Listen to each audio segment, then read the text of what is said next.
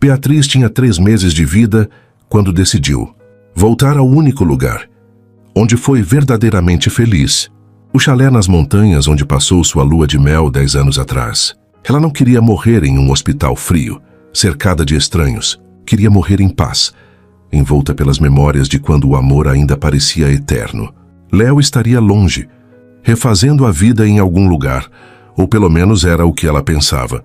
Mas quando ligou para o proprietário da antiga pousada, pedindo abrigo na véspera de Natal, uma voz familiar atendeu do outro lado da linha. A mesma voz que sussurrava "Eu te amo" nas madrugadas. A voz do homem que ela abandonou há 5 anos, sem explicações, deixando apenas ruínas.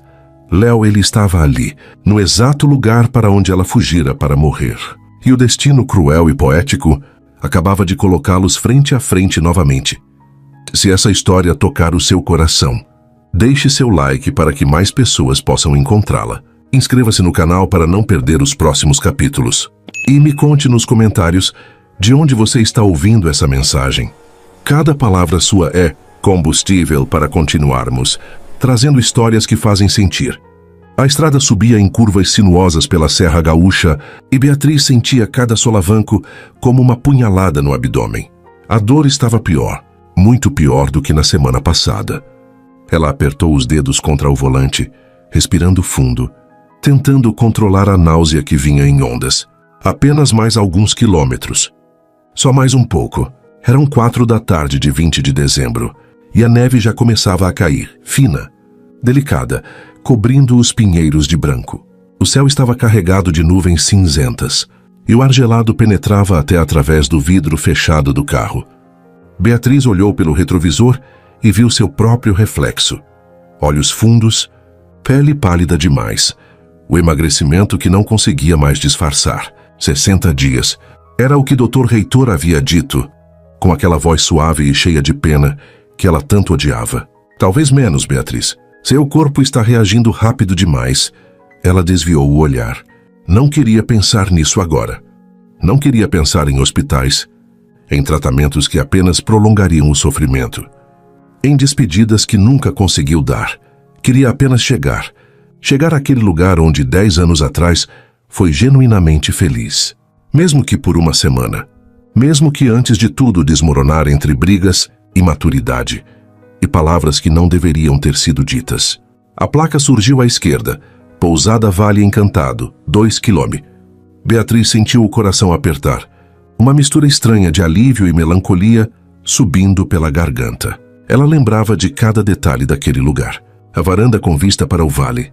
O cheiro de lenha queimando na lareira. A cama enorme onde acordavam entrelaçados, rindo de piadas que só eles entendiam. Léo certamente tinha refazido a vida. 5 anos era tempo suficiente para esquecer, para seguir em frente, para encontrar alguém que não brigasse com ele por qualquer bobagem. Alguém que soubesse ser esposa de verdade. Ele provavelmente estava em Porto Alegre, tocando a clínica veterinária, talvez até casado novamente. A ideia doía mais do que a dor física no abdômen. Mas Beatriz sabia que não tinha direito a esse sofrimento. Ela foi quem partiu. Ela foi quem destruiu tudo. Quando o carro finalmente parou em frente à propriedade, Beatriz sentiu o mundo desabar. A pousada não existia mais. Apenas uma construção antiga e fechada, com tábuas pregadas nas janelas e uma placa desbotada. Vendido. A neve cobria o telhado, e não havia nenhum sinal de vida ali. Nenhum sinal de nada.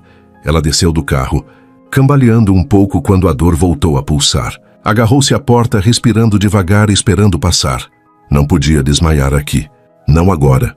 Olhou ao redor desesperada. Todas aquelas horas dirigindo desde Porto Alegre, para nada. Não havia vagas em nenhum lugar na região. Era véspera de Natal, tudo lotado. Ela havia ligado para dúzias de pousadas, hotéis, chalés, nada, e agora isso. A única reserva que conseguira fazer, o único lugar que realmente importava, simplesmente não existia mais. A cidade mais próxima ficava a 40 minutos dali. Beatriz voltou para o carro, ligou o aquecedor e pegou o celular com mãos trêmulas. Precisava de ajuda. Qualquer ajuda. Digitou no Google: hospedagem Serra Gaúcha última hora. Nada, tudo ocupado. Então tentou ligar para a imobiliária que vendera a pousada. Uma gravação automática informou que estavam em recesso até janeiro. As lágrimas vieram finalmente. Beatriz encostou a testa no volante e deixou que caíssem quentes, amargas, carregadas de tudo o que vinha segurando há semanas. Ela estava cansada, tão cansada, de fingir que estava bem, de esconder a dor, de morrer sozinha em um apartamento vazio, sem ninguém para segurar sua mão. Tudo o que queria era esse último pedaço de paz, esse último lugar de memórias felizes. E nem isso o destino permitia. Foi quando bateram na janela do carro. Beatriz pulou assustada, limpando as lágrimas rapidamente. Do lado de fora, uma senhora de cabelos grisalhos e expressão preocupada apontava para baixo, indicando que abaixasse o vidro. Beatriz obedeceu. "Tudo bem, querida?" A mulher perguntou a voz gentil como um abraço. "Vi você parada aqui faz um tempinho. Tá precisando de ajuda?" "Eu..." Beatriz engoliu em seco, a voz falhando. "Eu reservei essa pousada, mas ela está fechada. E não tem vaga em nenhum outro lugar." A senhora fez um ruído de compreensão, balançando a cabeça com pesar. "Sim. A Vale Encantado fechou faz uns 3 anos. Foi comprada por um rapaz que mora num chalé aqui perto lá em cima." Ela apontou para a montanha, onde se via fumaça subindo entre as árvores. "Um veterinário. Vive meio isolado, mas é gente boa. Não sei se ele aluga ou recebe hóspedes, mas talvez valha a pena tentar." "Quer o número dele?" Beatriz hesitou apenas um segundo. Mas o que mais poderia fazer? Voltar para Porto Alegre e morrer sozinha? Assentiu. E a senhora pegou um papel amassado da bolsa, anotou um número com caneta tremida e entregou pela janela. "O boa sorte, querida. E se agasalhe bem. Vai esfriar muito essa noite. A neve está pesada." Quando a mulher se afastou, Beatriz ficou olhando para o número rabiscado no papel. Suas mãos tremiam. Não sabia se de frio ou de desespero. Respirando fundo, discou antes que a coragem fugisse. Tocou uma vez, 2, 3. Cada toque aumentava a ansiedade no peito. Então, finalmente, uma voz rouca e cansada atendeu do outro lado. "Alô?" O coração de Beatriz parou. Não podia ser. Simplesmente não podia ser. Aquela voz. Ela conhecia aquela voz. Conhecia cada inflexão, cada pausa, cada suspiro. Tinha ouvido aquela voz sussurrar "eu te amo" em noites que pareciam eternas. Tinha ouvido aquela mesma voz gritar de dor quando ela pediu o divórcio. Era impossível. Era cruel, era... "Alô? Tem alguém aí?" A voz repetiu, impaciente agora. "Léo." Beatriz ficou paralisada. O celular tremendo contra seu ouvido. O mundo girando descontroladamente. Ele estava ali. Léo estava ali.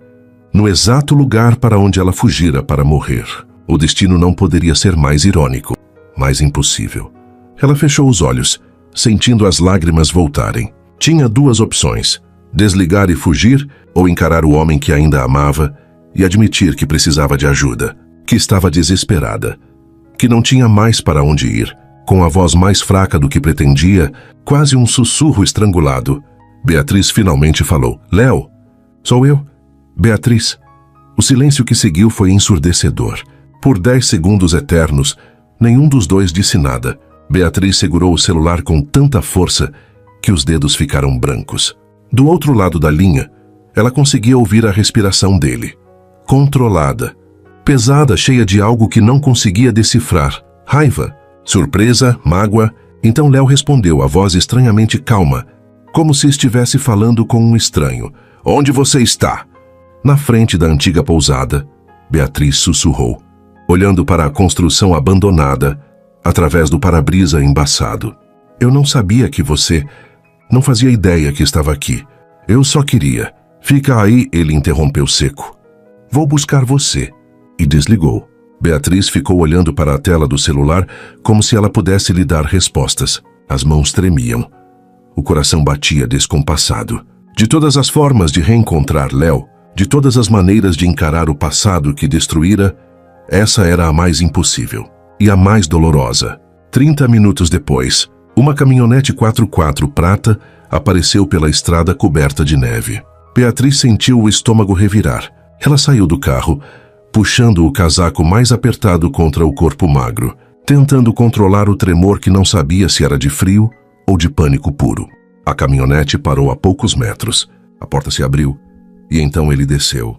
Léo estava diferente. O cabelo castanho, antes sempre bem cortado, agora estava mais longo, bagunçado pelo vento. A barba por fazer cobria o maxilar que ela lembrava de ter beijado tantas vezes. Ele usava um suéter de lã surrado, jeans desbotado e botas pesadas. Mas eram os olhos, aqueles olhos castanhos que ela via em pesadelos, que a paralisaram, ainda gentis, ainda magoados, e agora guardados demais. Ele não sorriu, não disse nada, apenas caminhou até o carro dela, pegou a mala do porta-malas, como se estivesse cumprindo uma tarefa mecânica, e voltou para a caminhonete. Beatriz o seguiu em silêncio, cada passo afundando na neve fresca, cada respiração doendo no peito. A viagem até o chalé foi torturante. Léo dirigia com os olhos fixos na estrada, maxilar tenso, mãos apertadas no volante. Beatriz ficou em silêncio no banco do passageiro, olhando pela janela, memórias assaltando sua mente. A última vez que estiveram juntos foi gritando. Ela dizendo que não aguentava mais. Ele perguntando o que havia de tão errado que não pudessem consertar.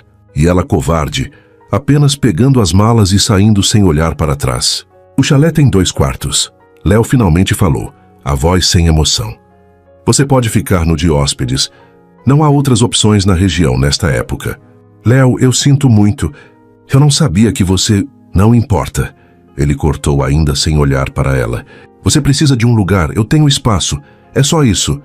Beatriz mordeu o lábio, engolindo as palavras que queriam sair.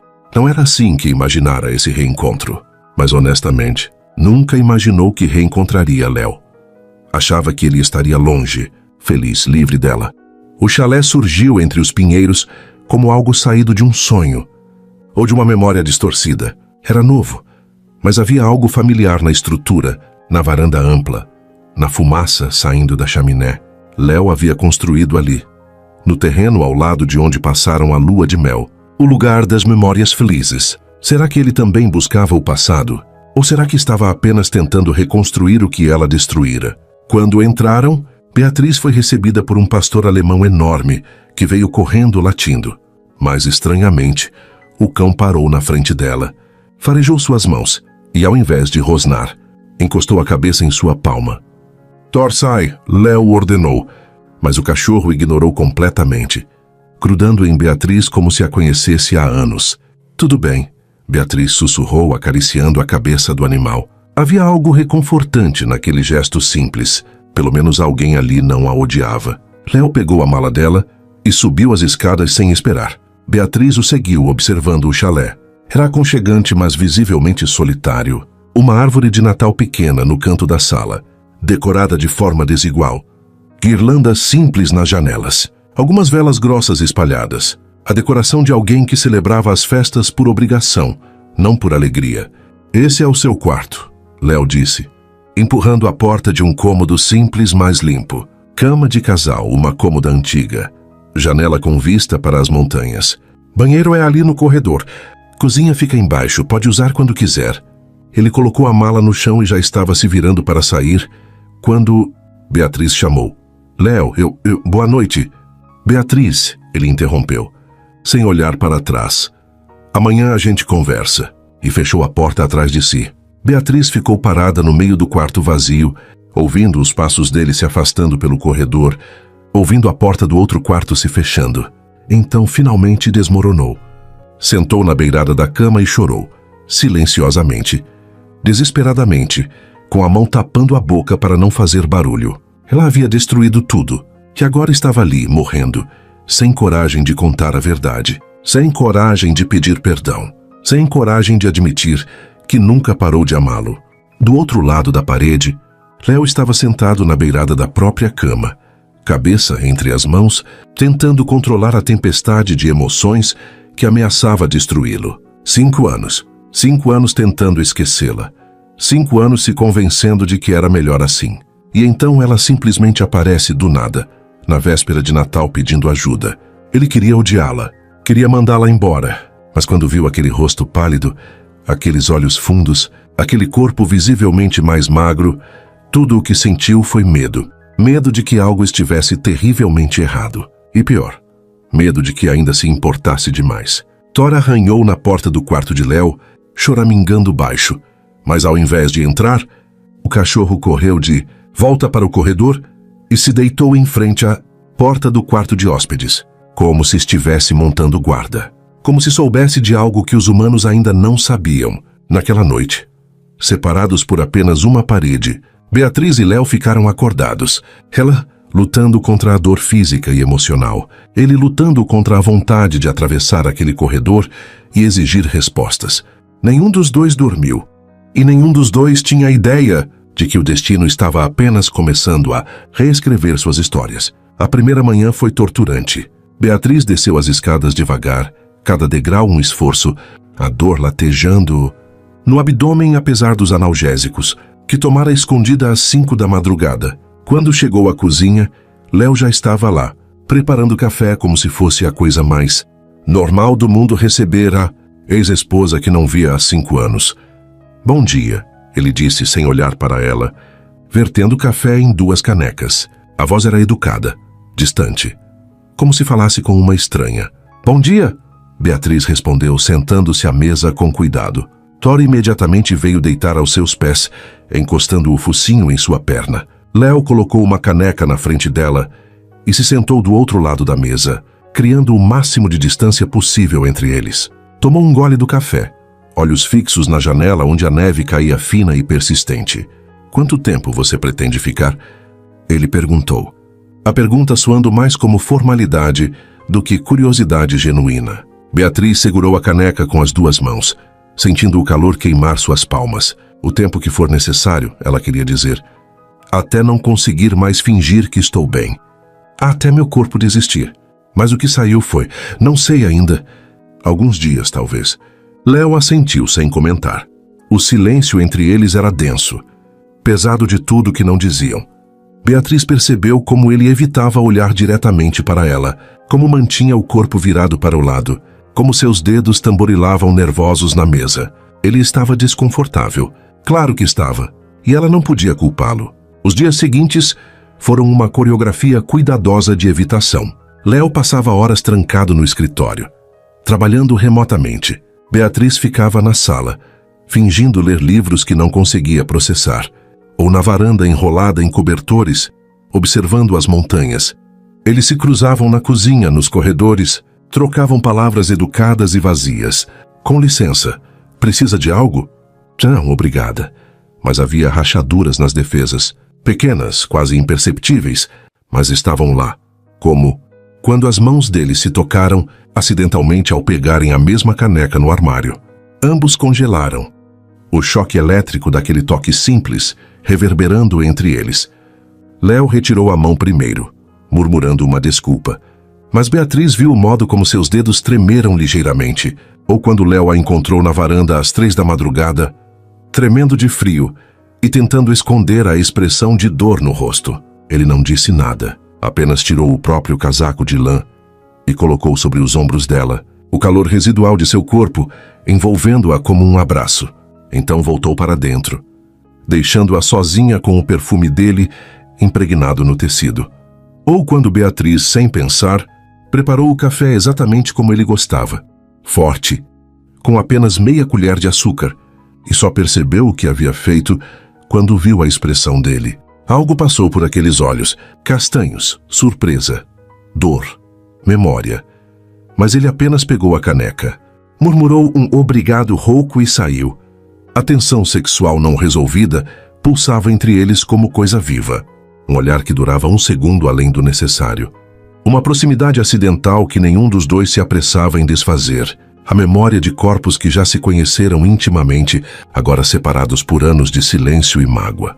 À noite, em quartos separados, ambos ficavam acordados, conscientes de que havia apenas uma parede entre eles, conscientes de que em algum lugar, em alguma dimensão alternativa, ainda estariam compartilhando a mesma cama, os mesmos segredos, o mesmo futuro. Então, em 23 de dezembro, Isabel chegou. Beatriz ouviu o barulho do carro. Depois vozes na entrada, uma voz feminina, mais velha, dizendo algo sobre trazer comida suficiente para um exército porque você não sabe cozinhar direito. Leonardo, Ela reconheceria aquela voz em qualquer lugar. Isabel, a mãe de Léo, a mulher que a tratara como filha, a mulher cujo coração ela também partira. Quando Isabel entrou na cozinha carregando sacolas de mantimentos e viu Beatriz sentada à mesa, ela literalmente congelou. As sacolas quase escorregaram de suas mãos. Seu rosto passou por uma sequência rápida de emoções. Choque, confusão, mágoa, e então algo que parecia suspeitamente com preocupação. Beatriz, ela disse, e o nome saiu quase como pergunta, como se não tivesse certeza de que era real. Oi, Isabel. Beatriz respondeu, a voz falhando. Eu sei que deve ser estranho eu estar aqui, mas estranha é uma palavra. Isabel interrompeu, colocando as sacolas pesadamente sobre a bancada. Ela olhou para Léo, que estava encostado no batente da porta com expressão de quem preferiria estar em qualquer outro lugar. Você vai me explicar o que está acontecendo? A pousada onde ela reservou fechou. Léo disse, a voz cuidadosamente neutra. Não tinha vaga em nenhum lugar. Ela está ficando no quarto de hóspedes. Só isso. Só isso, Beatriz pensou. E a frase doeu mais do que deveria. Mas era verdade, não era? Só isso. Uma ex-esposa inconveniente precisando de abrigo temporário. Isabel estudou os dois com aqueles olhos perspicazes que não perdiam nada. Ela via a tensão, a distância forçada, a mágoa não resolvida. E via algo mais, algo que deixou sua expressão preocupada. Beatriz estava magra demais, pálida demais. Havia algo errado, mas Isabel não perguntou. Não ainda. Em vez disso, ela respirou fundo, como quem toma uma decisão, e disse, está bem, o Natal está chegando. Há uma nevasca prevista para amanhã, e seja lá o que aconteceu entre vocês dois. Ninguém merece passar as festas nessa tensão toda. Ela começou a tirar coisas das sacolas. Vou fazer a ceia aqui, e vocês vão se comportar como adultos civilizados. Léo começou a protestar, mas um olhar de Isabel o calou. As horas seguintes foram estranhas. Isabel comandou a cozinha como general, colocando tanto Léo quanto Beatriz para trabalhar, descascar batatas, picar cebolas, temperar a carne. Impossível manter distância quando se está lado a lado preparando comida. Em certo momento, Léo estendeu a mão para pegar o sal exatamente quando Beatriz fazia o mesmo. Dedos se tocaram, olhares se encontraram, e por um segundo, apenas um segundo, foi como se os 5 anos não existissem. Então Beatriz retirou a mão, voltando-se para a pia. Isabel observava tudo, mas não comentava. No final da tarde, a previsão do tempo confirmou. Nevasca forte chegando durante a noite. A estrada seria intransitável. Preciso descer antes que fique impossível, Isabel disse colocando o casaco. Ela abraçou Léo longamente, sussurrando algo no ouvido dele que Beatriz não conseguiu ouvir. Então se virou para Beatriz e, para surpresa dela, também a abraçou. Cuide-se, menina, Isabel sussurrou.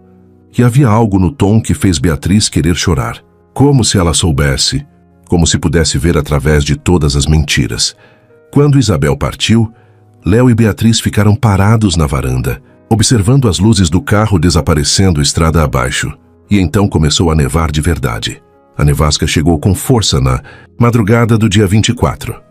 Beatriz acordou com o som do vento uivando contra as janelas, fazendo a estrutura do chalé gemer. Quando olhou pela janela do quarto, tudo era branco, completamente branco. A neve caía tão densa que mal conseguia ver os pinheiros a poucos metros de distância. Desceu as escadas e encontrou Léo já acordado, olhando pela janela da sala com expressão preocupada. A estrada está bloqueada, ele disse sem preâmbulo. E vão ficar assim por pelo menos uma semana. Talvez mais. O coração de Beatriz disparou. Uma semana. Presa ali, com ele, sem rota de fuga. Tem mantimentos suficientes? Ela perguntou, tentando manter a voz firme. E Isabel se certificou disso? Ele respondeu. E havia quase um sorriso na voz, quase. Comida temos, mas se a energia cair, vamos depender da lareira e do gerador. Como se o universo estivesse ouvindo, as luzes piscaram. Uma vez, 2 vezes, e então apagaram completamente. Léo suspirou. Claro, as horas seguintes foram gastas em preparação. Léo ligou o gerador, mas explicou que só poderiam usá-lo para o essencial. Geladeira, algumas lâmpadas, água quente limitada. O aquecimento estava fora de questão. Teriam que depender da lareira. Beatriz tentou ajudar, mas estava mais fraca do que queria admitir. Carregar lenha da área coberta externa para dentro deixou-a ofegante. Léo percebeu, franziu a testa, mas não comentou. Apenas pegou a madeira das mãos dela com mais gentileza do que vinha demonstrando e disse: "Você pode organizar os cobertores. Vamos precisar de muitos." A véspera de Natal foi estranha. Eles prepararam uma refeição simples juntos. A ceia que Isabel havia deixado semi-pronta. Trabalharam lado a lado na cozinha. Uma coreografia desajeitada de evitação e proximidade forçada. "Pode me passar o sal?" Beatriz pediu. "Está aí", Léo respondeu, colocando o saleiro na bancada. Entre eles, ao invés de entregar diretamente na mão dela. Mas havia momentos onde a distância era impossível, como quando Beatriz não conseguiu abrir um pote e, automaticamente, estendeu para Léo. Ele pegou, seus dedos roçando nos dela, e abriu sem esforço. Seus olhos se encontraram. Por 3 segundos longos demais, nenhum dos dois se moveu. Então Beatriz desviou o olhar primeiro. Jantaram em silêncio. Apenas o crepitar da lareira preenchendo o espaço. Thor estava deitado aos pés de Beatriz, recusando-se a sair do lado dela. Léo observou o cachorro com expressão confusa. "Ele nunca faz isso com estranhos", comentou mais para si mesmo do que para ela. "Talvez ele lembre de mim", Beatriz sugeriu suavemente. "Talvez." Léo concordou, mas seu tom dizia que não acreditava nisso. Após o jantar, sentaram perto da lareira com vinho que Isabel havia deixado. O silêncio era menos hostil agora, mais carregado de coisas não ditas. Beatriz observava as chamas, a mente vagando para outros natais, quando eram casados, jovens, felizes nos intervalos entre as brigas. "Você lembra do nosso primeiro Natal juntos?" Ela perguntou antes de conseguir se conter. Léo ficou tenso, mas respondeu: "Você queimou o peru. Você disse que gostou assim bem passado." Beatriz sorriu fracamente da memória. "Eu menti", ele admitiu, e havia quase um traço de humor na voz. Estava horrível. "Eu sei", ela riu, um som pequeno e triste. "Mas você comeu mesmo assim." O silêncio voltou, mas diferente agora. Mais suave, mais perigoso. Os dias seguintes se desenrolaram em um padrão estranho. Acordavam cedo. Léo preparava café enquanto Beatriz fingia não observá-lo. Passavam o dia lendo, conversando superficialmente sobre nada importante, existindo no mesmo espaço. À noite, se reuniam perto da lareira porque era o único lugar realmente aquecido. Beatriz escondia a dor com maestria crescente. Tomava os remédios quando ele estava no chuveiro. Disfarçava a falta de apetite comendo pequenas porções. Atribuía a palidez ao frio, mas estava ficando mais difícil. A dor estava piorando. E Léo, ela percebeu, estava começando a notar coisas. "Você está comendo direito?" Ele perguntou em 28 de dezembro, observando-a cutucar a comida no prato. "Sim, só não estou com muita fome", ela mentiu. "Você está muito magra." "É o estresse." "Trabalho." Outra mentira. Léo a estudou por um longo momento, como se tentando decidir se pressionava ou não. Decidiu que não. Então chegou a véspera de Ano Novo. Eles haviam bebido champanhe. Não muito, mas o suficiente para baixar as defesas, que vinham mantendo por 10 dias. Estavam sentados no chão em frente à lareira, cobertores ao redor, e algo na atmosfera mudou. A tensão que vinham ignorando finalmente exigiu atenção. "Por que você voltou, Beatriz?" Léo perguntou de repente, a voz baixa, mas carregada. "De verdade. Por que agora? Por que aqui?" Beatriz sentiu as lágrimas queimarem. Ela podia contar sobre o câncer, sobre estar morrendo, sobre querer paz, mas as palavras ficaram presas. "Eu queria ver você", ela admitiu. "Uma última vez." "Última vez", ele repetiu, e havia algo perigoso no tom. "Você sempre foi boa em finais, não é? Em ir embora." "Léo, não." Ele se virou para ela e anos de dor explodiram. "Você não tem direito de aparecer aqui, de desenterrar tudo e não me dar uma explicação. Por que você foi embora, Beatriz? Eu merecia saber. A gente brigou como sempre brigava, mas dessa vez você simplesmente desapareceu. Por quê?" As lágrimas escorreram livremente agora. "Porque éramos jovens demais, Léo. Imaturos demais. A gente brigava por tudo, por nada. Minha carreira, seus horários, cada pequena coisa virava guerra. E naquela última briga..." Sua voz quebrou. "Eu disse coisas horríveis. Você disse coisas horríveis, e eu percebi que estava te machucando mais do que te fazendo feliz. Então fui embora porque te amava demais para continuar te destruindo. Você decidiu por mim, Léo disse, voz rouca. Não me deu escolha. Eu sei. Fui covarde. E agora? Você lhe perguntou perigosamente próximo. Por que agora? Porque ainda te amo. Ela sussurrou. Sempre amei. O mundo parou. Então, ao longe, os fogos de artifício começaram. Meia-noite, ano novo. E Léo a puxou. Ou ela o puxou, não importava. Seus lábios se encontraram com fome de 5 anos de abstinência. Com raiva, com amor, com desespero. Tudo ao mesmo tempo. O beijo foi tudo. Fome reprimida. Raiva não resolvida. Amor que nunca morreu. Léo segurou o rosto de Beatriz com as 2 mãos, como se tivesse medo de que ela desaparecesse se soltasse. Ela agarrou a camisa dele, puxando-o mais perto. Impossível estar perto o suficiente. Quando finalmente se separaram, ofegantes, Léo encostou a testa na dela. Eu nunca parei de te amar. Ele admitiu, voz rouca de emoção. Nem um dia. Mesmo odiando você por ter ido embora. Mesmo tentando te esquecer. Nunca consegui. Eu sinto tanto. Beatriz sussurrou contra os lábios dele. Tanto, Léo, por tudo. Ele a beijou novamente, desta vez mais devagar, saboreando. Então a puxou para mais perto da lareira, deitando-a sobre os cobertores espalhados no chão. O fogo lançava sombras dançantes sobre eles, e do lado de fora, os fogos continuavam explodindo, mas nenhum dos dois ouvia mais nada, além da respiração um do outro. Léo pausou, olhando nos olhos dela. Tem certeza? Como resposta, Beatriz puxou-o de volta para outro beijo. Eles se amaram ali, no chão em frente à lareira, com urgência de 5 anos de saudade. Cada toque era pedido de desculpas. Cada beijo era promessa de recomeço. Cada gemido era perdão sem palavras. E quando finalmente ficaram entrelaçados, suados e exaustos, cobertos apenas pelos cobertores e pelo calor do fogo, Beatriz sentiu algo que não sentia há muito tempo. Esperança. Uma esperança perigosa. Uma esperança mentirosa. Porque ela sabia a verdade. Sabia que seu corpo estava falhando. Sabia que tinha semanas, não anos. Mas ali nos braços dele conseguiu fingir. Conseguiu acreditar por algumas horas roubadas que podiam ter um futuro. Eles dormiram entrelaçados. Acordaram na madrugada e fizeram amor novamente. Desta vez devagar, reaprendendo cada centímetro um do outro. Quando o sol finalmente nasceu, em 1º de janeiro de 2025, Beatriz acordou no quarto de Léo, na cama dele, envolta nos braços dele. Algo havia mudado irreversivelmente. Os dias seguintes foram estranhos e maravilhosos.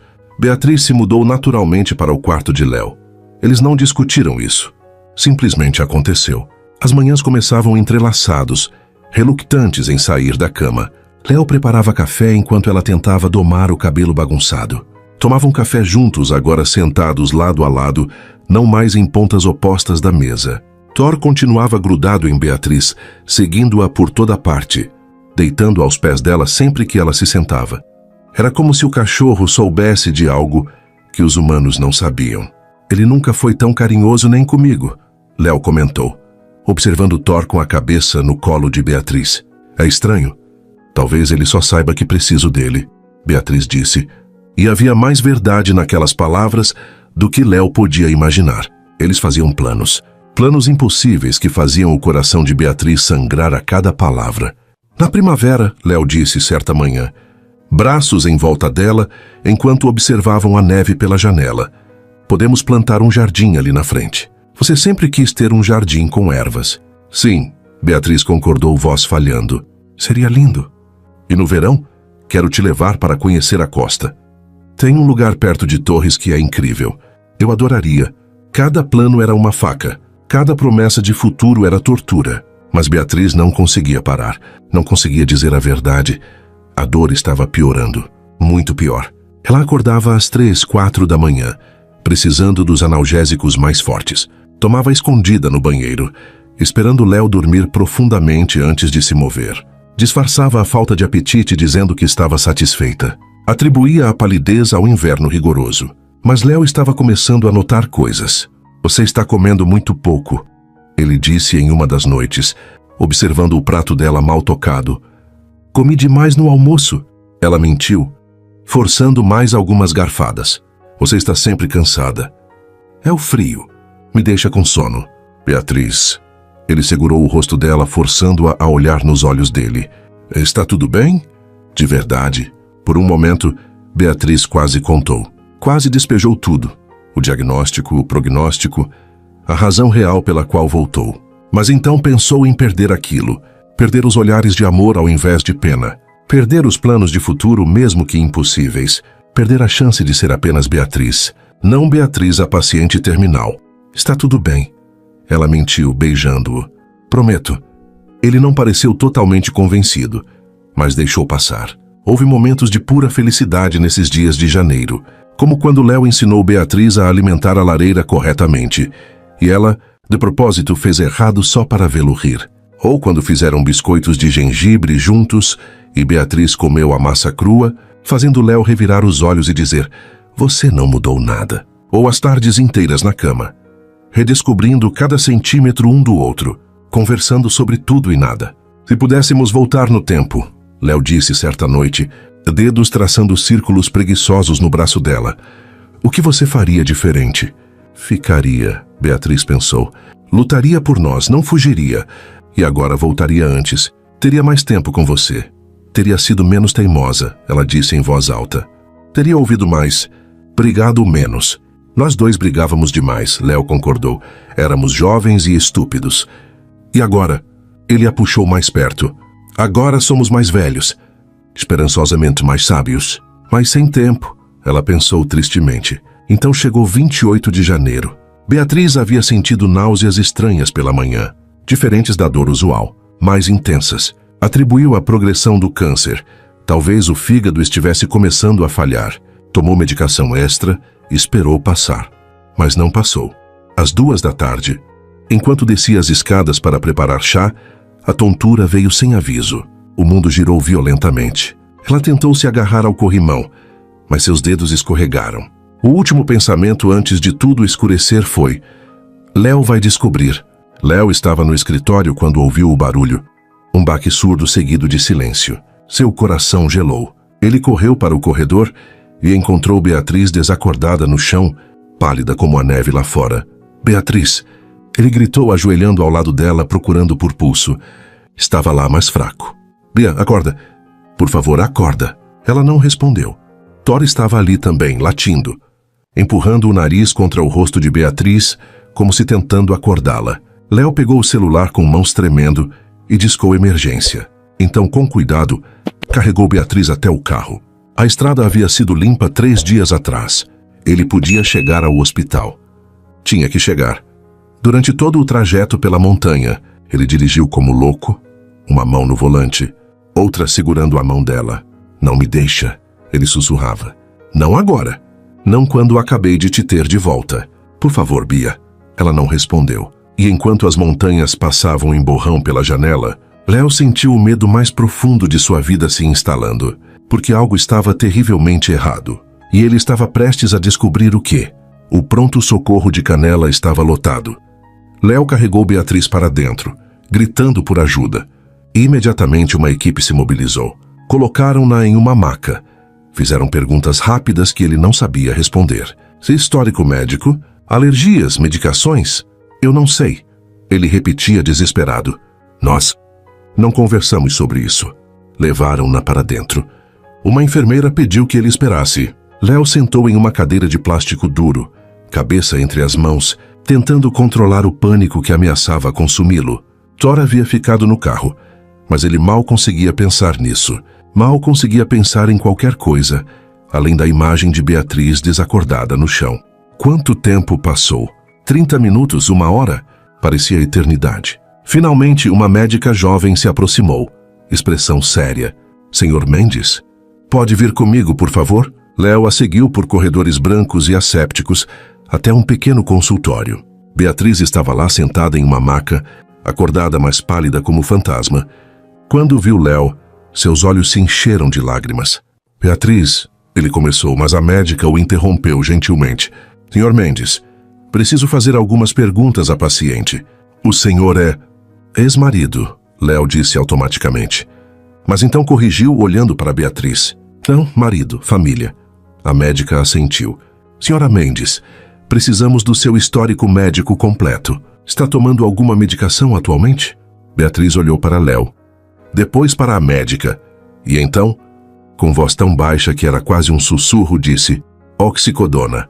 20 miligramas 4 vezes ao dia. Léo franziu a testa. Aquilo era analgésico opioide, forte. Por que ela precisaria... E tem alguma condição médica que devemos saber? A médica continuou. O silêncio se estendeu.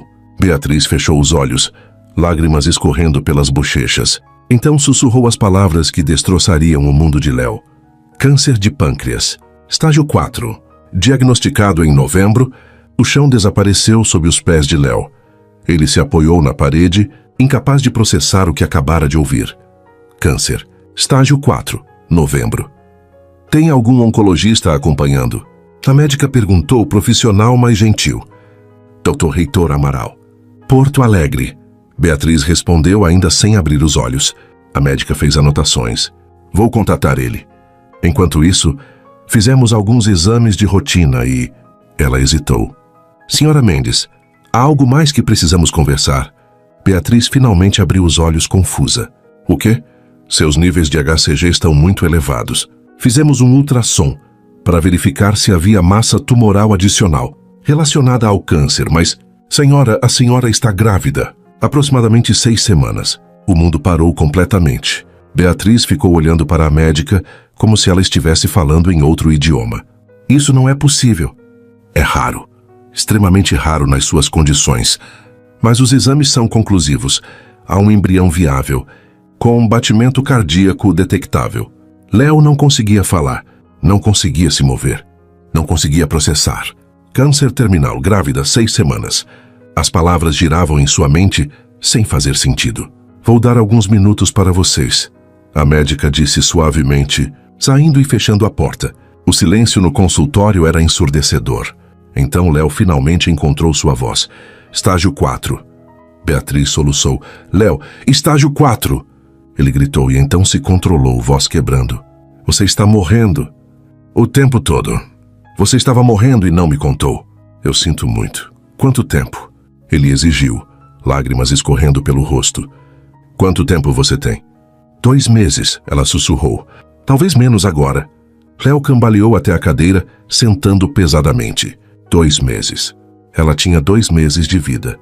A mulher que acabava de reconquistar, a mulher nos braços de quem dormiu todas as noites da última semana, a mulher que carregava seu filho. Tinha 2 meses. Ah, por quê? Ele perguntou, voz quebrada. Por que não me contou? Porque eu não queria que você me olhasse assim. Beatriz chorou. Não queria pena. Não queria ser a mulher morrendo. Queria ser só Beatriz. Queria ser amada como mulher, não cuidada como paciente. Você me tirou a escolha, Léo disse, a dor na voz palpável. De novo, me tirou o direito de decidir estar com você de qualquer forma. Eu sei, eu sou covarde. Sempre fui. Ele olhou para ela, realmente olhou. E viu tudo agora. O emagrecimento, a palidez, o cansaço, as náuseas que atribuíra à gravidez, mas que provavelmente eram o câncer. Como não percebeu antes? E agora tem um bebê, ele disse, voz incrédula. Nosso bebê, que provavelmente não vai sobreviver.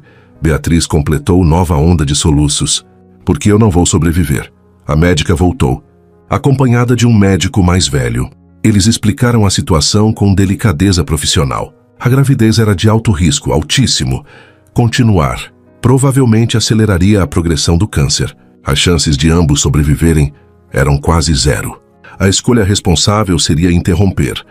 Mas então o médico mencionou algo mais. Em casos raríssimos, menos de 1%, gravidez poderia induzir mudanças hormonais que afetavam certos tipos de câncer. Havia casos documentados de remissão espontânea. Mas não apostem nisso, ele enfatizou. As probabilidades estão esmagadoramente contra vocês. Quando os médicos saíram novamente, Léo e Beatriz ficaram em silêncio. O peso da decisão impossível pairava entre eles. Eu não posso decidir isso sozinha. Beatriz finalmente disse. É seu filho também. Você já decidiu tanta coisa sozinha. Léo respondeu. Mas havia menos raiva agora. Apenas exaustão. O divórcio. Voltar. Esconder a doença, pelo menos dessa vez me dá uma escolha. Eles foram liberados com instruções de retornar em 2 dias para discutir opções. A viagem de volta ao chalé foi silenciosa. Quando chegaram, Léo ajudou Beatriz a entrar e instalou-a no sofá perto da lareira. Thor imediatamente se deitou aos pés dela, como sempre fazia. Ele sabia, Léo disse suavemente, por isso não saía do seu lado. Cachorros sabem dessas coisas. Beatriz acariciou a cabeça do animal, nova lágrima escorrendo. As próximas 48 horas foram as mais longas de suas vidas. Eles conversaram, brigaram, choraram. Léo ligou para sua mãe, que chegou imediatamente apesar da neve. Isabel abraçou Beatriz longamente, sussurrando perdão e amor. Dr. Heitor foi contatado. Ele explicou tudo de novo. Mais detalhes médicos, mais estatísticas sombrias. E durante tudo isso, Léo e Beatriz precisavam decidir. Arriscavam tudo por uma chance impossível? Ou escolhiam a opção segura e perdiam o bebê de qualquer forma? Na manhã de 30 de janeiro, Léo encontrou Beatriz na varanda, olhando o amanhecer. Qual seria seu nome? Ele perguntou. O Kenos, o bebê. Se fosse menina, qual seria o nome? Beatriz olhou para ele surpresa. Helena, sempre gostei de Helena. Léo assentiu lentamente. Helena, luz do céu. Ele se sentou ao lado dela, pegou sua mão. Vamos tentar, ele disse. Vamos acreditar no milagre. E pela primeira vez em dias, Beatriz sorriu. Em 5 de fevereiro, durante o amanhecer que pintava as montanhas de rosa e dourado, Beatriz e Léo tomaram a decisão mais insana de suas vidas. Sentados na varanda, envoltos em cobertores, mãos entrelaçadas tão forte que os dedos ficaram brancos. Eles escolheram o impossível. Vamos tentar. Léo repetiu, olhando nos olhos dela. Vamos acreditar no milagre. E seja o que for que acontecer, enfrentamos juntos. Beatriz segurou o rosto dele com as mãos trêmulas. Você tem certeza? Eu posso morrer ainda mais rápido. Posso te deixar com nada. Você já me deixou uma vez com nada. Ele disse suavemente. E eu sobrevivi. Mas dessa vez pelo menos vou saber que tentamos tudo. Que demos a essa vida uma chance. A nossa Helena uma chance. Lágrimas escorreram pelo rosto de Beatriz. Eu te amo tanto. Eu também te amo. Sempre amei. E vou amar até o último segundo, seja quando for. Eles selaram a decisão com um beijo. E pela primeira vez em semanas, Beatriz sentiu algo além de desespero. Sentiu esperança. Pequena, frágil, mas real. Dr. Heitor viajou de Porto Alegre 3 dias depois. Homem alto, de cabelos grisalhos e olhos gentis, ele abraçou Beatriz longamente, antes de sentar com eles na mesa da cozinha. Papéis espalhados. Vocês entenderam que isso é completamente experimental? Ele começou olhando de um para outro. Não há garantias, nem remotamente. Entendemos, Léo disse firme. Então vamos fazer assim. Dr. Heitor abriu uma pasta. Protocolo de acompanhamento semanal. Ultrassom e exames de marcadores tumorais toda semana. Medicação para dor que não prejudique o feto. Vou prescrever doses menores, mas mais frequentes. Suplementação vitamínica agressiva. E Beatriz, ele olhou sério para ela. Você precisa comer. Forçar se necessário. Esse bebê precisa de nutrientes e seu corpo está lutando 2 batalhas agora. Eu vou garantir que ela coma. Léo prometeu. Eu também. Isabel acrescentou da cozinha onde preparava sopa. Ela havia se mudado para o chalé 2 dias antes. Instalando-se no quarto de hóspedes, determinada a ajudar. Os dias seguintes foram brutais. As náuseas matinais da gravidez se somaram à dor, oncológica em uma combinação devastadora. Beatriz passava manhãs inteiras no banheiro, vomitando até não ter mais nada no estômago, enquanto Léo segurava seu cabelo e murmurava. Palavras de conforto que nenhum dos dois realmente acreditava. Eu não aguento. Ela chorou certa manhã, deitada no chão frio do banheiro, exausta demais para se mover. Léo, eu não aguento. Ele a pegou nos braços, carregou de volta para a cama, deitou ao lado dela. Só mais um dia, e amor. Só aguenta mais um dia. E amanhã? Amanhã a gente enfrenta amanhã. Isabel se tornou a guardiã da nutrição e da esperança. Cozinhava sopas leves mingaus, qualquer coisa que Beatriz pudesse manter no estômago. Sentava ao lado da cama com colheradas pacientes, incentivando. Mais uma, querida. Só mais uma pela Helena. Havia momentos de dúvida tão profunda que quase desmoronavam. Como às 3 da madrugada de 15 de fevereiro, quando Beatriz acordou Léo chorando incontrolavelmente. Estou sendo egoísta, ela soluçava. Estou condenando esse bebê. Estou fazendo você sofrer. Eu devia ter interrompido quando tive chance. Léo acendeu a luz. Segurou o rosto dela, forçando-a a olhar nos olhos dele. Escuta o que vou te dizer. Você não é egoísta. Você é corajosa. Está dando a essa criança uma chance que ela não teria de outra forma. E não importa o que acontecer. Nós escolhemos isso juntos. Entendeu? Juntos. E se eu morrer e levar ela comigo? Então pelo menos ela terá existido. Pelo menos terá sido amada, mesmo que por semanas. Não é melhor que nunca ter existido? Beatriz não tinha resposta para isso. Mas então vieram os momentos de luz, como no dia 20 de fevereiro, quando fizeram o ultrassom de 8 semanas. A técnica moveu o transdutor pela barriga ainda plana de Beatriz e de repente lá estava, um ponto, minúsculo pulsando na tela, rápido, persistente, teimoso. Esse é o coração, a técnica disse sorrindo. Batendo a 160 BPM, perfeito. Beatriz e Léo ficaram hipnotizados, olhando aquele pequeno milagre impossível. Léo levou a mão dela aos lábios, beijando os dedos repetidamente, lágrimas escorrendo sem vergonha. Ela está lutando, ele sussurrou.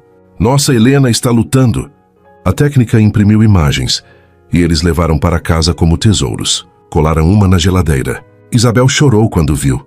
Então veio o resultado dos marcadores tumorais de 25 de fevereiro. Dr. Heitor ligou pessoalmente. Voz carregada de emoção contida. Beatriz, os marcadores caíram. Silêncio no telefone. Caíram quanto? Ela finalmente perguntou sem ousar acreditar. 15%. Léo, que estava ao lado ouvindo no viva voz, ficou paralisado. Isso significa que é cedo demais para conclusões definitivas. Dr. Heitor disse rapidamente. Mas significa que algo está acontecendo. Vamos repetir na semana que vem. Uma semana depois, os marcadores caíram mais 12%. Doutor, Heitor pediu nova repetição, certo de erro laboratorial. Mas não havia erro. O câncer estava respondendo. Pela primeira vez desde o diagnóstico, estava recuando. Remissão induzida por gravidez. Ele disse na videochamada, voz cheia de admiração. Li sobre isso. Estudei casos, mas nunca vi pessoalmente. Beatriz, você está entrando em remissão. Naquela noite, Léo segurou Beatriz por horas. Simplesmente segurando. Como se pudesse mantê-la no mundo pela força da vontade. E talvez pudesse. As semanas seguintes ensinaram lições difíceis. Beatriz aprendeu a aceitar ajuda sem sentir vergonha. Aprendeu a deixar Léo ajudá-la a se vestir quando estava fraca demais. Aprendeu a deixar Isabel alimentá-la quando as náuseas eram fortes demais. Aprendeu que vulnerabilidade não era fraqueza. Era força de um tipo diferente. E Léo aprendeu paciência. Aprendeu a segurar cabelo durante vômitos matinais sem reclamar. Aprendeu a acordar a cada 2 horas para verificar se ela estava bem. Aprendeu que amor não era só paixão e romance. Era presença constante nos momentos mais difíceis. Eles aprenderam a celebrar vitórias microscópicas. Um dia sem vômito. Um exame sem piora. Uma noite de sono completo. Cada pequena coisa se tornava motivo de gratidão. E lentamente, tão lentamente que quase não perceberam, a esperança deixou de ser visitante ocasional e se tornou moradora permanente. Acho que vamos conseguir, Beatriz sussurrou certa noite, a cabeça no peito dele, ouvindo o batimento cardíaco que se tornara sua música favorita. Léo beijou o topo da cabeça dela. Acho que sim. E pela primeira vez, ambos realmente acreditaram.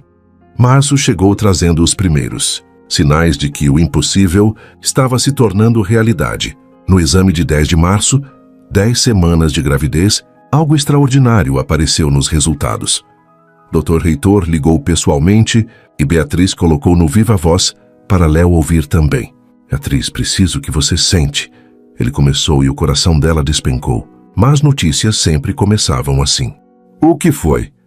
Ela perguntou, apertando a mão de Léo. Os marcadores tumorais não apenas estabilizaram, eles caíram mais 15%. Silêncio absoluto. Beatriz olhou para Léo, depois para o telefone, como se não confiasse nas próprias orelhas. Isso não deveria estar acontecendo. Dr. Reitor continuou, voz carregada de emoção.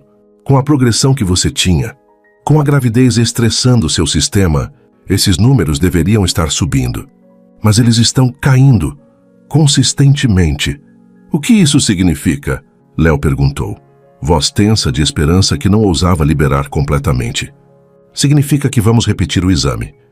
E se confirmar, significa que Beatriz está entrando em remissão. Remissão espontânea induzida por gravidez. Quando desligaram, Beatriz e Léo ficaram sentados em silêncio por longos minutos. Então ela começou a chorar, não de tristeza, mas de um alívio tão profundo que doía. Pode ser real? Ela sussurrou contra o peito dele. Pode ser que vamos conseguir? Eu não sei, Léo admitiu, abraçando-a mais apertado, mas pela primeira vez, estou deixando acreditar que sim. Isabel, que havia escutado da cozinha, entrou silenciosamente e envolveu os dois em um abraço.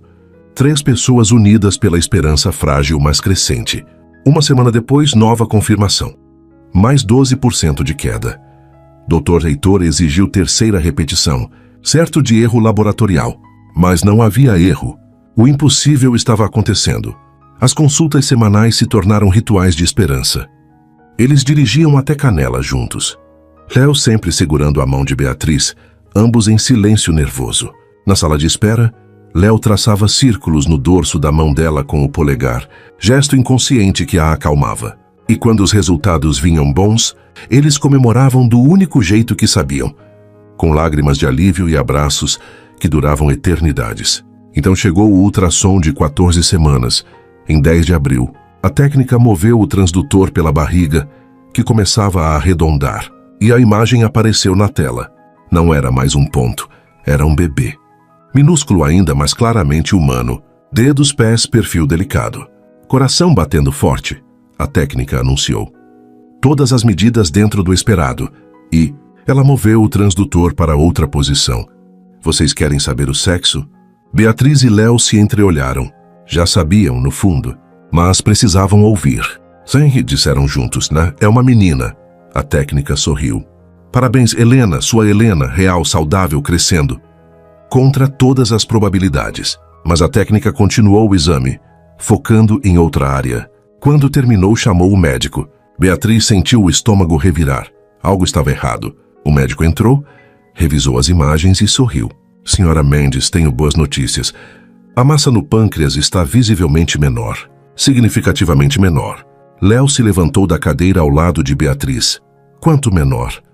Aproximadamente 40% do tamanho original. A sala girou. Beatriz sentiu Léo segurar sua mão com força suficiente para doer, mas ela nem ligou. 40%. O tumor estava encolhendo, realmente encolhendo.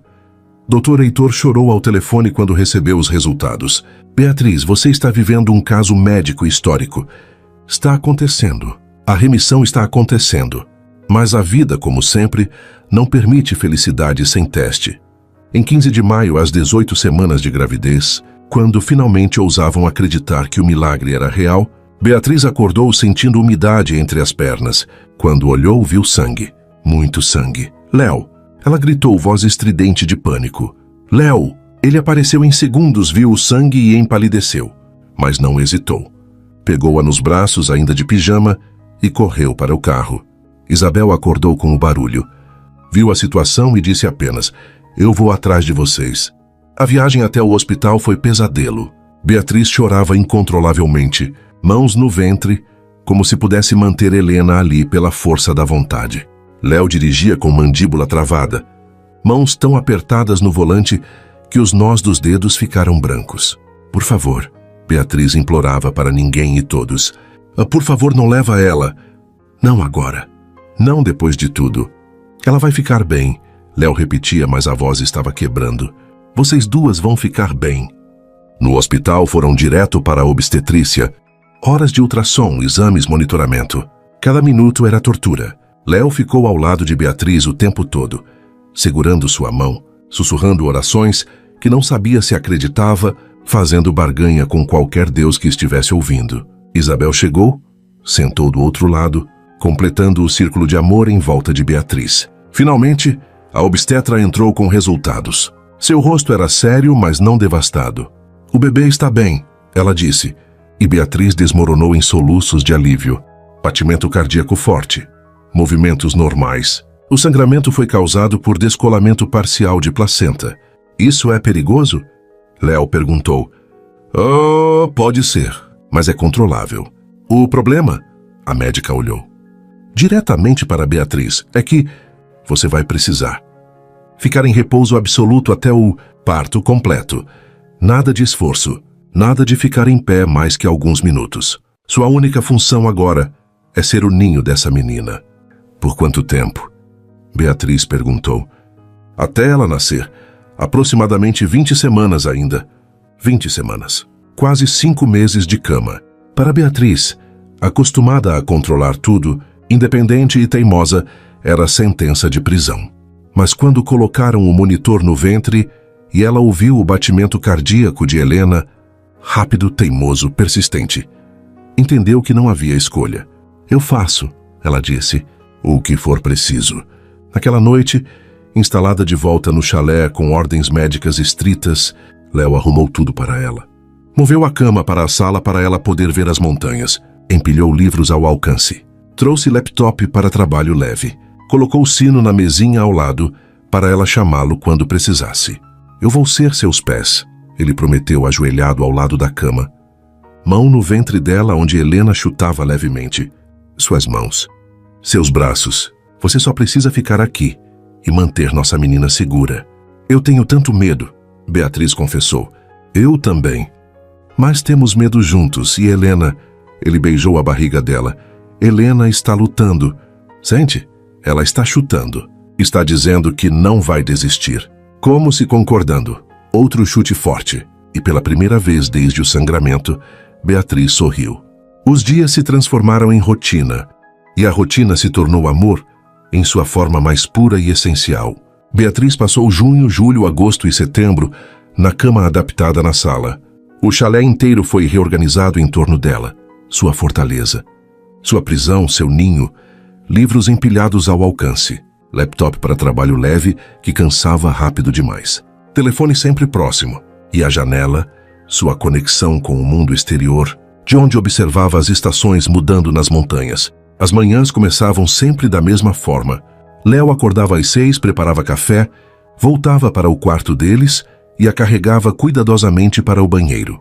No começo, Beatriz protestou. Chorou de humilhação. Gritou que conseguia sozinha. Mas na terceira queda, quando suas pernas simplesmente cederam, ela finalmente aceitou. Deixou-o ajudá-la a banhar. Lavar o cabelo que ficara mais fino, mas ela insistia em manter longo. Vestir roupas largas que acomodavam a barriga crescente. Você não precisa fazer isso, ela dizia todas as manhãs. Eu sei, ele respondia sempre. Ouço-me, mas quero. E havia algo profundamente íntimo naqueles momentos. Não era sexual, era mais do que isso. Era Léo vendo cada centímetro dela, cada mudança, cada fragilidade e escolhendo ficar, escolhendo amar. Isabel se tornou o alicerce que mantinha tudo funcionando. Cozinhava 3 refeições por dia, cada uma planejada para a máxima. Nutrição, limpava, lavava e sentava ao lado de Beatriz todas as tardes, tricotando mantas para Helena, enquanto conversavam sobre tudo e nada. Você sabe, Isabel disse certo dia, agulhas clicando ritmicamente, quando Léo se casou com você, pensei que vocês eram jovens demais, intensos demais, que iam se consumir. Você estava certa, Beatriz admitiu. Foi exatamente o que aconteceu. Mas olha vocês agora, mais velhos, mais sábios, e esse amor... Isabel apontou para onde Léo estava montando o berço no canto da sala. Esse amor não vai se consumir. Esse amor vai durar. Beatriz sentiu lágrimas nos olhos. Não teve coragem de dizer que durar era relativo. Que o câncer, apesar da remissão, ainda era ameaça. Que milagres tinham prazo de validade. As consultas semanais continuavam. Léo a carregava para o carro, dirigia até Canela, segurava sua mão enquanto esperavam resultados. E toda semana os resultados eram melhores. Marcadores tumorais caindo, tumor encolhendo, Helena crescendo perfeitamente. Semana 22, o obstetra anunciou em junho. Bebê pesando aproximadamente meio quilo, todos os órgãos desenvolvendo bem. E o câncer? Léo sempre perguntava. Continua em remissão. Não há explicação científica adequada, mas continua regredindo. Julho trouxe novo susto. Beatriz acordou com dor de cabeça terrível, visão embaçada, mãos e pés inchados além do normal. Léo mediu a pressão 160/110. Hospital novamente. Diagnóstico: pré-eclâmpsia leve. Mais medicação. Mais restrições. Mais medo. Se piorar, a obstetra advertiu, vamos ter que tirar o bebê imediatamente, independente da idade gestacional. Mas não piorou. A medicação controlou e Helena continuou crescendo, teimosa e forte como a mãe. Em agosto, com 30 semanas, montaram o quarto de Helena. Ou melhor, Léo montou enquanto Beatriz dirigia da cama. Um pouco mais para a esquerda. Ela instruía enquanto ele pendurava móbile de estrelas. Não muito. Volta um pouco. Você é impossível. Ele reclamou, mas estava sorrindo. Você me ama assim mesmo? Infelizmente sim. Isabel costurou mantas. Amarelo e branco, porque Beatriz recusou rosa. Nossa filha vai escolher as próprias cores, ela declarou. Léo não discutiu. Houve momentos de frustração brutal, como quando Beatriz derrubou água e não conseguiu limpar sozinha, tendo que chamar Léo, ou quando precisou de ajuda, para virar na cama porque a barriga estava grande demais, ou quando simplesmente quis caminhar até a varanda e não pôde. Eu odeio isso, ela chorou certa noite. Eu odeio ser inútil. Odeio precisar de ajuda para tudo. Você não é inútil, Léo disse, deitando ao lado dela, mão na barriga onde Helena chutava. Está fazendo o trabalho mais importante do mundo. Está mantendo nossa filha viva. Não parece suficiente. É mais que suficiente, é tudo. Mas também houve momentos de alegria roubada, como quando Helena começou a chutar forte o suficiente para Léo sentir pela primeira vez. Ele colocou a mão na barriga de Beatriz e ficou congelado quando sentiu o golpe firme. Ela está realmente aí, ele sussurrou maravilhado. Ela está aqui. E forte. Sente como chuta? Léo abaixou a cabeça, beijou a barriga. Peça e ureciste. Vamos a mais. Oi, Helena. Aqui é o papai. Não vejo a hora de te conhecer. Outro chute como resposta. Ou as noites em que Léo lia para a barriga. Contos de fada, poesia, às vezes apenas notícias do dia. Beatriz dormia ao som da voz dele, mão entrelaçada na dele, mais em paz do que estivera em meses. Com 36 semanas, em setembro, tiveram a conversa inevitável sobre o parto. Quero tentar parto normal, Beatriz disse. O obstetra foi direto. Não recomendo. Seu corpo passou por trauma significativo. O câncer, a remissão, a gravidez de alto risco, a pré-eclâmpsia. Cesariana é muito mais segura.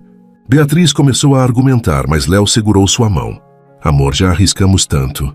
Chegamos longe demais. Não vamos arriscar Helena agora por orgulho. Ela olhou para ele, para a barriga enorme, para o obstetra esperando. E finalmente assentiu. Fezes ir, sir. Eu sinto cesariana, então. A cesariana foi agendada para 20 de setembro.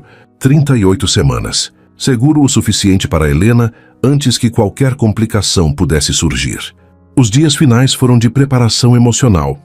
Beatriz escreveu cartas para Helena, para Léo, para Isabel. Caso algo dê errado, ela disse. Léo rasgou as cartas. Nada vai dar errado. Ambas vão ficar bem. Na noite de 19 de setembro, véspera da cesariana, Léo deitou ao lado de Beatriz. A barriga entre eles era montanha, mas ele se ajeitou, mão espalmada onde Helena se movia inquieta. Amanhã, ele sussurrou, metade para Beatriz, metade para a barriga. Amanhã você vai conhecer o mundo, Helena, e o mundo vai conhecer o milagre que você é. Você e sua mãe, os dois milagres da minha vida. Estou com medo, Beatriz confessou. Eu também. Mas o medo significa que temos algo precioso a perder. E isso é bom. Te amo tanto que dói. Eu também te amo. Sempre amei. E amanhã nossa família vai estar completa. Helena chutou forte como concordando. E quando Beatriz finalmente dormiu, Léo ficou acordado observando, memorizando. A curva do rosto dela, a mão protetora sobre a barriga, a paz que finalmente encontraram depois de tanto caos. Amanhã mudaria tudo. Ele só esperava que fosse para melhor. 20 de setembro de 2025, 6 da manhã. Léo acordou antes do despertador, como sabia que faria. Não havia dormido de verdade. apenas flutuado em semiconsciência, hiperconsciente da respiração de Beatriz ao lado, da barriga enorme entre eles, da magnitude do que estava prestes a acontecer. Olhou para ela ainda dormindo, cabelo espalhado no travesseiro, uma mão protetora sobre a barriga mesmo no sono. 9 meses atrás, achava que a estava perdendo. Agora estava prestes a ganhar não apenas ela de volta, mas também uma filha. Um milagre duplo que a ciência não conseguia explicar completamente. Pia, ele sussurrou beijando sua testa. Amor, está na hora. Ela abriu os olhos lentamente, desorientada por um momento. Então a realidade bateu. Hoje, ela disse, não pergunta, mas confirmação. Hoje vamos conhecer Helena. Hoje, ele confirmou. Sorrindo apesar dos nervos que faziam suas mãos tremerem ligeiramente. Isabel já estava acordada, claro. Tinha café pronto, uma mala pequena preparada com itens de última hora e expressão de quem não dormiu nada, mas fingia estar calma. Bom dia, família, ela disse, voz apenas ligeiramente trêmula. Hoje é o grande dia. A viagem até o hospital em Canela foi silenciosa. Léo dirigia com cuidado excessivo, consciente da preciosa carga no banco de passageiro. Beatriz segurava a barriga, sentindo Helena se mover inquieta, como se ela também soubesse que algo importante estava para acontecer. Você está bem? Léo perguntou pela 10ª vez. Estou apavorada, Beatriz admitiu. Mas bem, acho. Eu também estou apavorado. Você? Nunca. Sempre. Ele pegou a mão dela, entrelaçando os dedos. Mas vamos ficar bem. Vocês duas vão ficar bem. Doutor, Heitor estava esperando na entrada do hospital, tendo viajado de Porto Alegre na noite anterior. Abraçou Beatriz longamente, sussurrando algo que só ela ouviu.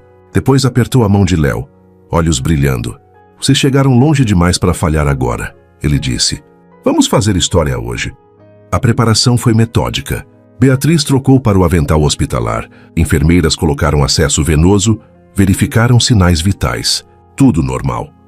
Excepcionalmente normal para uma situação tão excepcional. Na sala de espera, enquanto esperavam ser chamados, Léo segurou o rosto de Beatriz com as 2 mãos.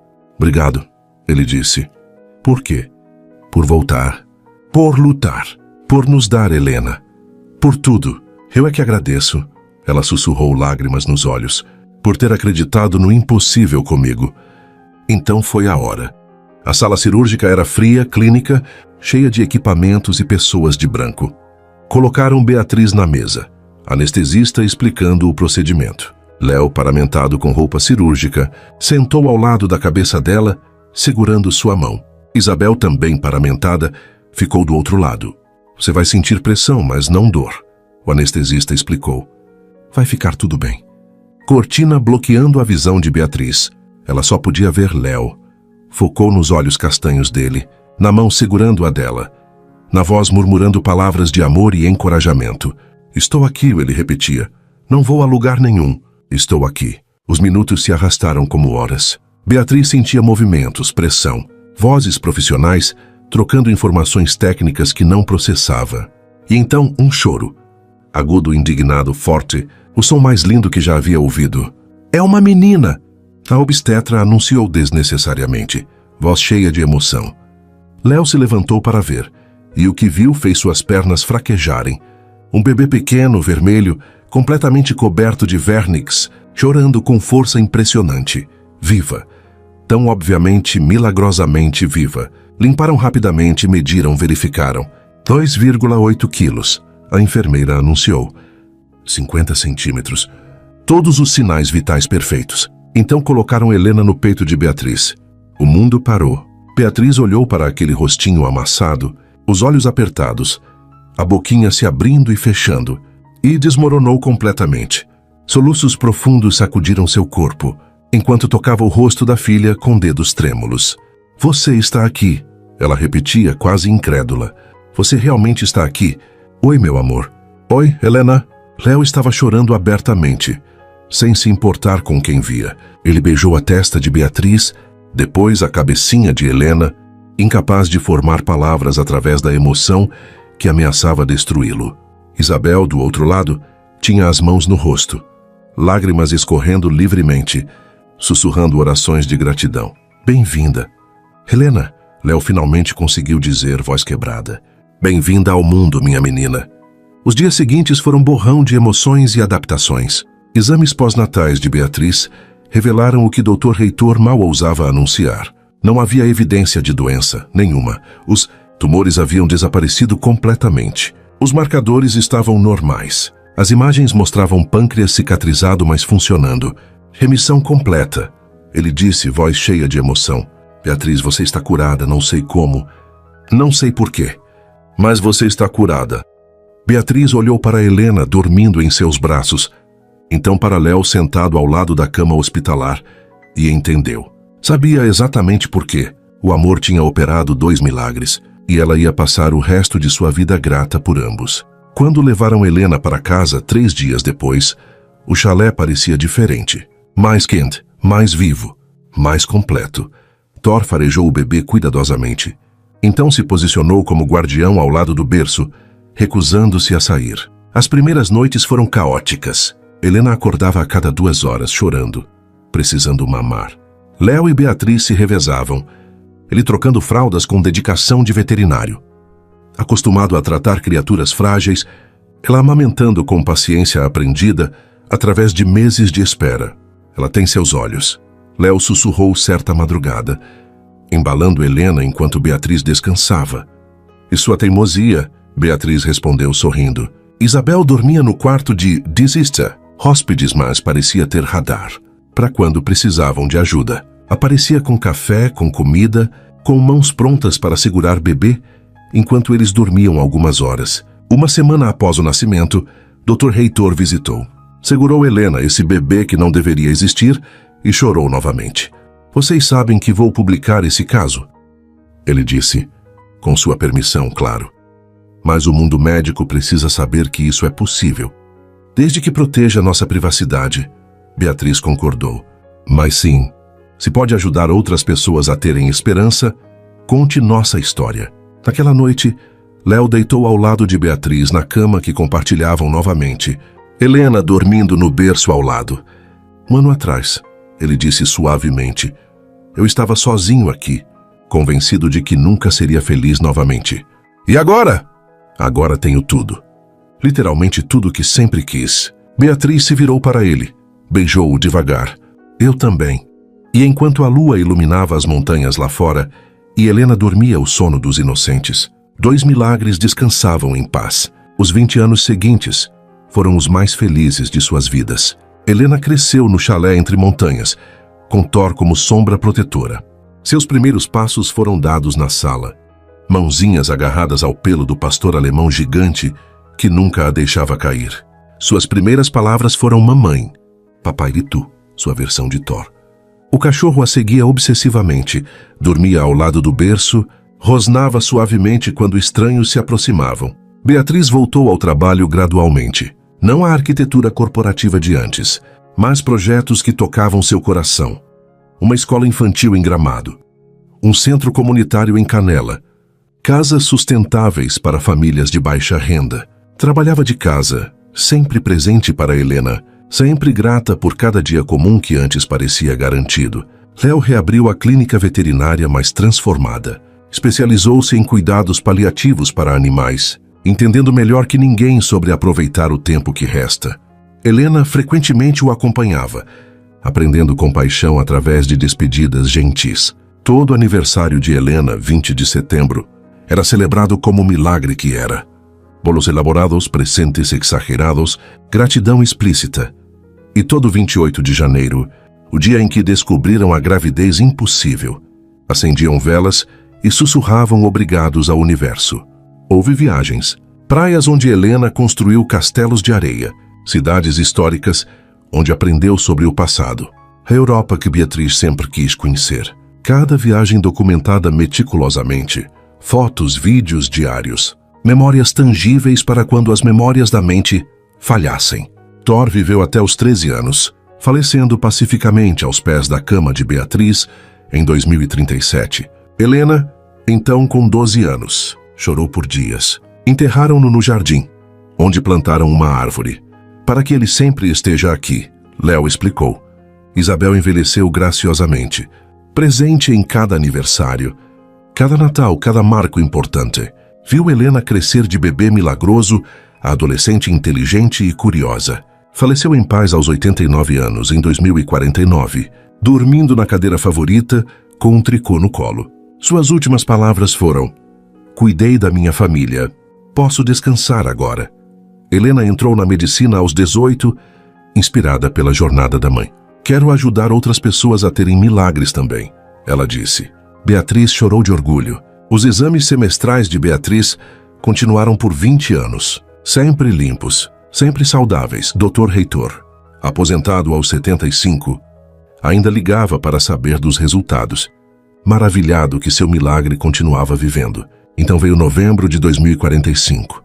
A dor voltou familiar, cruel, conhecida.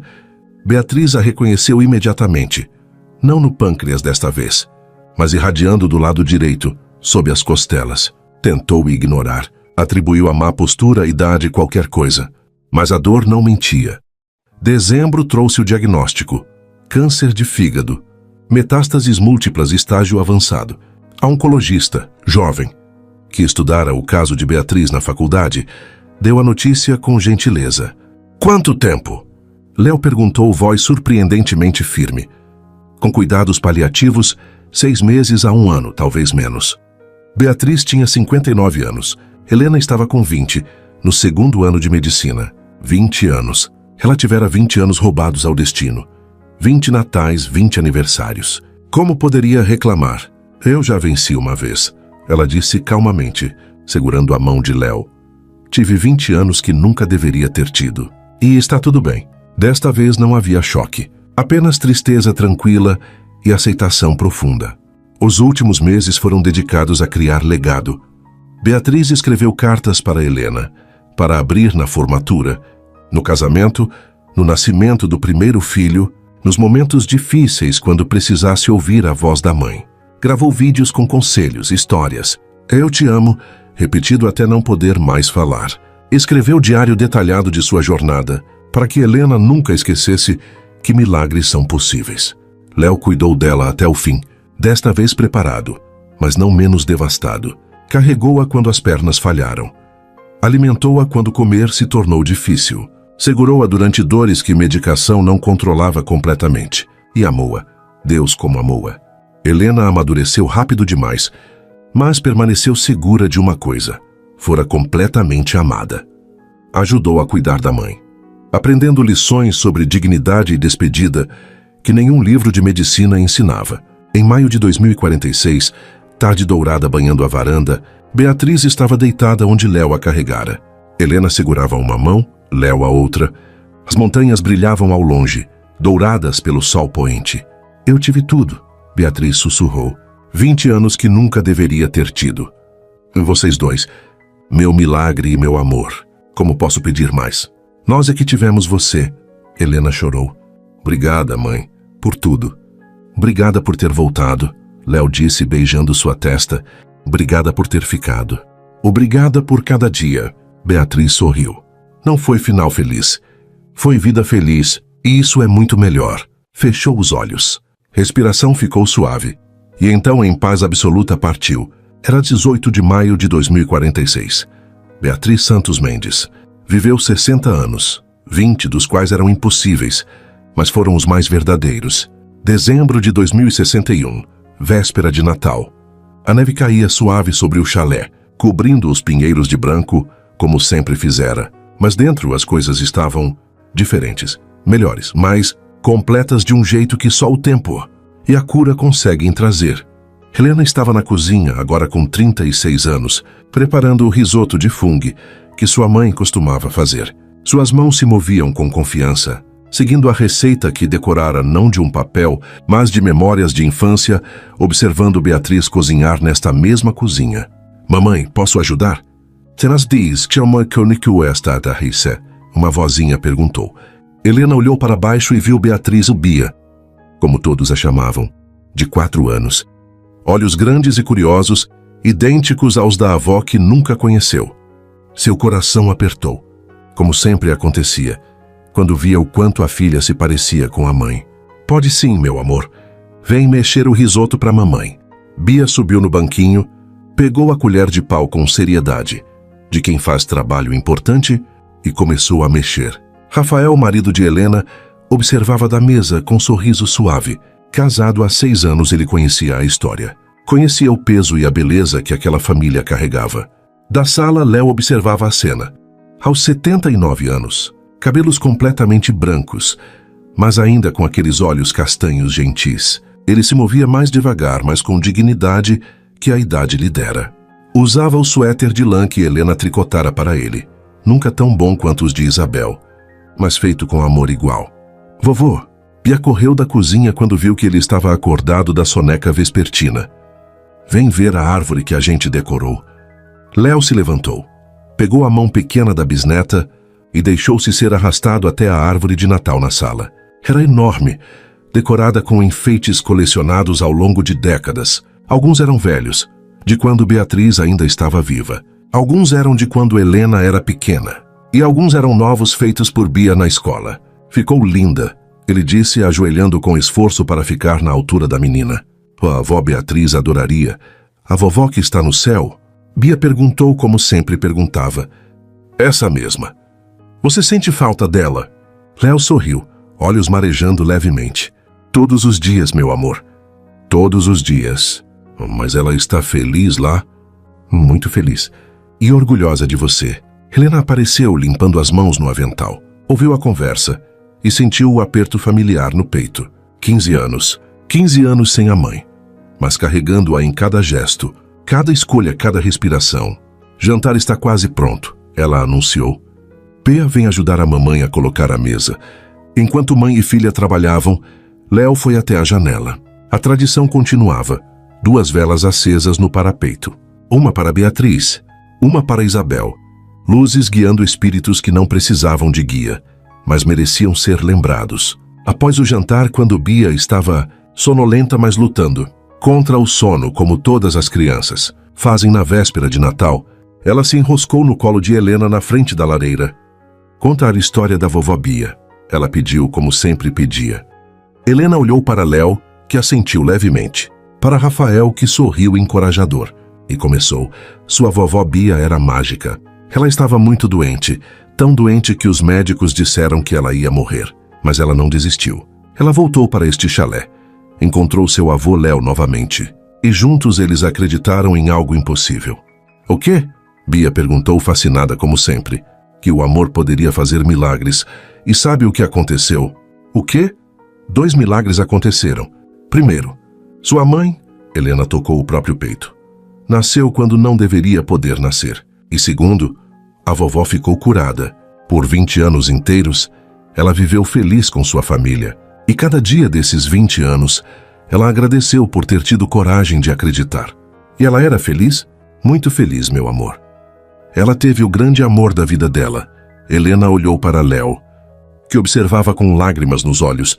Teve uma filha que a amava mais que tudo. E viveu cada dia como o presente precioso que era.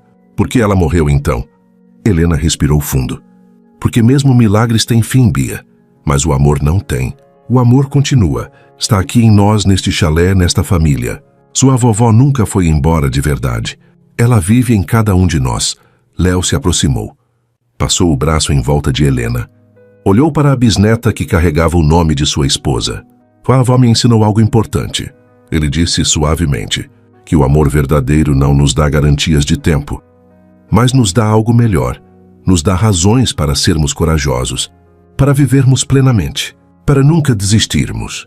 Bia pensou por um momento, então perguntou: eu sou corajosa como a vovó?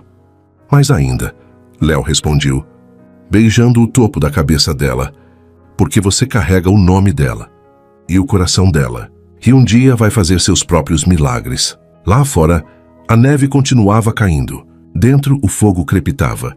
Helena havia se tornado oncologista renomada, especializada em casos raros e medicina paliativa. Tratava cada paciente com a compaixão aprendida da própria jornada. O caso de Beatriz fora estudado extensamente. Inspirara pesquisas, novos tratamentos, salvara dezenas de vidas. Mas o maior legado não era médico, era humano. Era Léo ainda vivendo no chalé, ocasionalmente recebendo casais lidando com gravidez e doença terminal. oferecendo o espaço gratuitamente, compartilhando a história, dando esperança temperada com realismo. Era Helena, que via cada paciente terminal não como estatística, mas como pessoa que merecia dignidade até o fim. Era Bia, de apenas 4 anos, que já aprendia que amor vale mais que tempo, que coragem é mais importante que garantias, que milagres acontecem para quem ousa acreditar. Quando Bia finalmente dormiu, Rafael a carregou para o quarto. Helena e Léo ficaram sozinhos na sala. Apenas o som da lareira preenchendo o silêncio. Ela teria amado isso, Helena disse suavemente. Ver a família que construímos. Ver Bia. Ver que a história não terminou. Não terminou, Léo concordou. Nunca termina. O amor não tem fim. Helena encostou a cabeça no ombro do pai. Você ainda sente falta dela? Quer no guiumbas diárias, cada segundo de cada dia, mas não com tristeza. Com gratidão. 20 anos, Helena. Eu tive 20 anos com ela que eram impossíveis, e cada dia valeu qualquer dor que veio depois. Acha que ela está orgulhosa? De mim? Do que me tornei? Léo segurou o rosto da filha com as 2 mãos. Orgulhosa não começa a descrever. Você salvou vidas, fez diferença, construiu família, viveu plenamente. É tudo o que ela queria. A pequena Bia apareceu na porta, segurando o cobertor favorito. Não consigo dormir, ela murmurou. Helena sorriu abrindo os braços. Bia correu, subiu no colo dela. Os 3 ficaram ali. 3 gerações unidas pelo amor de uma mulher que ousou acreditar no impossível. Boa noite, vovó Bia. Bia sussurrou para o ar, soprando beijo para o teto. E no silêncio que seguiu, quase podiam sentir a resposta, não em palavras, mas em calor, em amor, em presença que nunca realmente partira. A história não tinha final, tinha legado, tinha continuação, tinha amor que atravessava gerações, e isso era mais que suficiente. Era tudo, porque às vezes, quando ousamos acreditar no impossível, o impossível acontece. Não sempre, não para todos, mas às vezes. E quando acontece, deixa ondas que se estendem por gerações, ondas de esperança, de coragem, de amor que recusa morrer. Beatriz não teve vida longa, mas teve vida plena. 20 anos roubados ao destino, vividos com intensidade, que a maioria nunca conhece em 80. E no final, o que importa não é quanto tempo vivemos, mas quão profundamente amamos, e talvez no fundo, essa história também fale de nós, de nossas próprias escolhas, de nossa própria coragem, de nossos próprios milagres esperando acontecer. Se essa história tocou você, deixe seu like para que mais pessoas possam encontrar esperança nela. Inscreva-se no canal para receber mais histórias que fazem o coração sentir. Me conte nos comentários de onde você está ouvindo essa mensagem. Seu apoio é o que nos permite continuar trazendo histórias assim. Histórias sobre amor, coragem e a beleza de viver plenamente.